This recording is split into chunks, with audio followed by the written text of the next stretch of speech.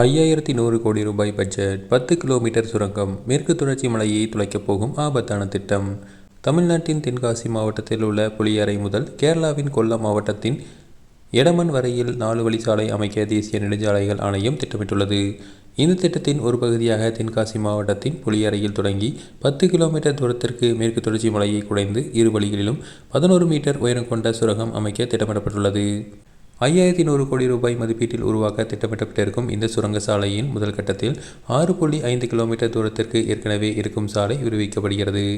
16.3 kilometre தூரத்திற்கு புதிதாக சாலை அமைக்கப்படுகிறது. ரயில் பாதைக்கும் நீர்மின் திட்டங்களுக்கும் மட்டுமே இதுவரை தமிழ்நாட்டில் சுரங்கங்கள் அமைக்கப்பட்டுள்ளன. எனவே இந்த சாலை அமைந்தால் இதுதான் தமிழ்நாட்டின் எல்லைக்குள் இருக்கும் மேற்கு தொடர்ச்சி மலையின் அமையப்போகும் முதல் சுரங்க சாலையாக இருக்கும். இந்த திட்டத்திற்கு 210 ஹெக்டேர் நிலம் தேவைப்படுகிறது. இதில் 48 ஹெக்டேர் கோப்பு காடுகளாகும். இதில் 4 இடங்களில் சுரங்கப்பாதைகள் அமைக்கப்பட உள்ளன. இந்த திட்டத்திற்காக தமிழ்நாடு எல்லைக்குள் தேவைப்படும் 3.6 ஹெக்டேர் காப்பு காட்டிற்கான அனுமதி கோரி தமிழ்நாடு வனத்துறையிடம் தேசிய நெடுஞ்சாலைகள் ஆணையம் விண்ணப்பித்துள்ளது. இந்த திட்டத்திற்கு கடும் எதிர்ப்பு தெரிவிக்கும் பூவுலகின் நண்பர்கள் அமைப்பு இந்த திட்டத்தால் ஏற்படவிருக்கும் ஆபத்துகளையும் சிக்கல்களையும் பட்டியலிட்டிருக்கின்றனர்.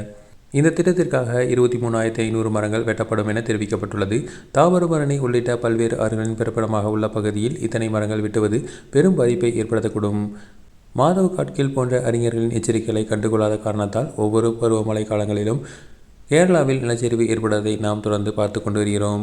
இவற்றை மனதில் கொண்டு காடுகளுக்கும் காணுயிர்களுக்கும் பெரும் பாதிப்பை ஏற்படுத்தவல்ல தேசிய நெடுஞ்சாலைகள் ஆணையத்தின் இந்த திட்டத்திற்கு தமிழக அரசு வனத்துறை அனுமதி வழங்கக்கூடாது என பூவுலகின் நண்பர்கள் கோரிக்கை விடுத்துள்ளனர்.